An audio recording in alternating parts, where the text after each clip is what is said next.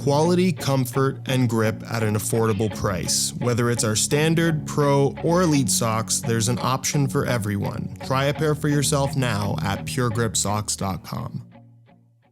While at this point it's just speculation, but it's being reported that there is a strong possibility that we could be seeing a merger between Adidas and Puma. Where, to be a little bit more specific on this merger, Puma as a brand is currently not doing so well. Sales are down, and projections for at least the near future aren't looking so hot, which is why the current majority stakeholder is looking to sell their shares in the company, where it's being reported that Adidas is currently the most interested. If they were to buy those shares, they would then become the majority stakeholder in Puma, which, as far as I understand, would give them control. Where if this were to happen, given the scale of these two companies and everything that they're involved in, it would just be a crazy thing to happen. But as it relates specifically to football boots, this is particularly interesting because you're now taking two out of what are globally recognized as the top three brands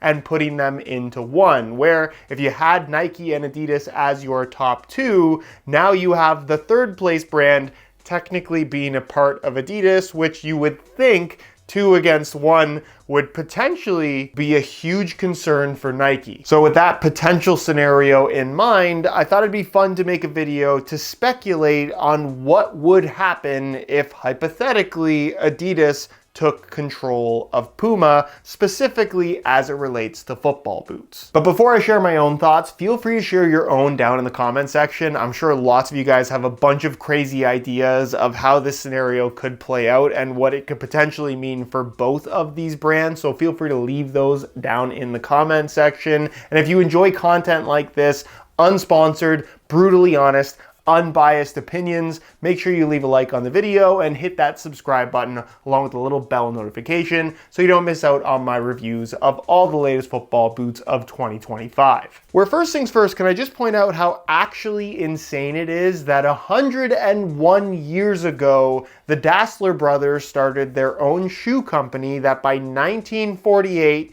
because they couldn't get along and couldn't agree on anything, they founded their own separate companies, one being Adidas, one being Puma, and now in 2025, it's a possibility that they could be one brand again. Where in the grand scheme of what these two companies have become, it doesn't really mean anything, but it's a cool story nonetheless. And the only reason why I bring up the feuding brothers is because I think it's important to note that in the event that Adidas effectively absorbed Puma and control of the brand, they wouldn't just delete Puma off the face of the earth. They would still exist as two separate companies because there is absolute value to what Puma is at this point and the brand recognition that they have globally. The merger also probably wouldn't change too much about what Puma has planned as far as future football boots go for at least the better part of a year, where again, in the event that Adidas took over and wanted to put new people in place, it's going to take time for that to happen and those new people to actually develop something different from what the current teams have in place. So the effects of an Adidas takeover probably wouldn't be seen for a year and a half, maybe even 2. In saying that, you might also be asking yourself, why would Adidas even want to buy Puma if they are losing money as a brand and effectively going downhill? Well, you have to look at this as an investment for what is ultimately a gigantic company in Adidas, where they've done this in the past. You acquire a company that is currently trending in the wrong direction. You hopefully turn the ship around and either keep that as another profitable entity of a giant corporation or potentially get it going in the right direction and then sell off your shares in the company for more than you paid and therefore turning a profit. It's also a possibility that Adidas would want to acquire Puma for the assets that Puma has as a company, where as it relates specifically to football and football boots, you're now talking about contracts for league match balls, you're talking about kit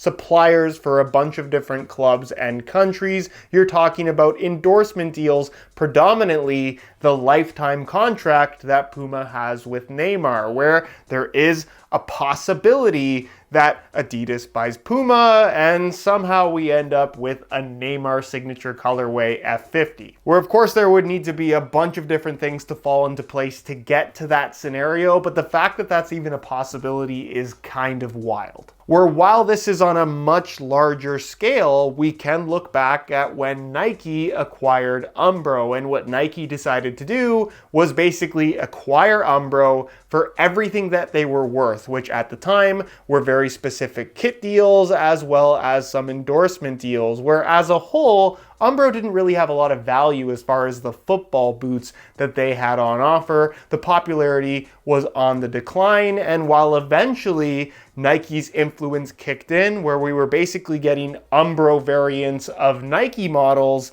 those were never very popular, and shortly after Nike took everything that they wanted from the brand, they just sold it off to somebody else, and unfortunately for Umbro, they haven't really recovered since. I don't necessarily see Adidas doing the same thing with Puma, but of course it is, at the end of the day, a possibility. Where you have to consider, you're talking about two competing brands, where if you were Adidas, does it make more sense to take on all the valuable assets of Puma and incorporate them into Adidas to make that brand more popular? Or does it make more sense to use your influence and direction and guidance, if you will, to make Puma better than what it is now and have that as an asset, knowing that if Puma gets more popular, that takes away customers from Adidas? So it's a really interesting dynamic when one brand acquires another, where is it being done for the sake of growing the profitability of a company to then keep it and or sell it off at a profit, or are you acquiring a company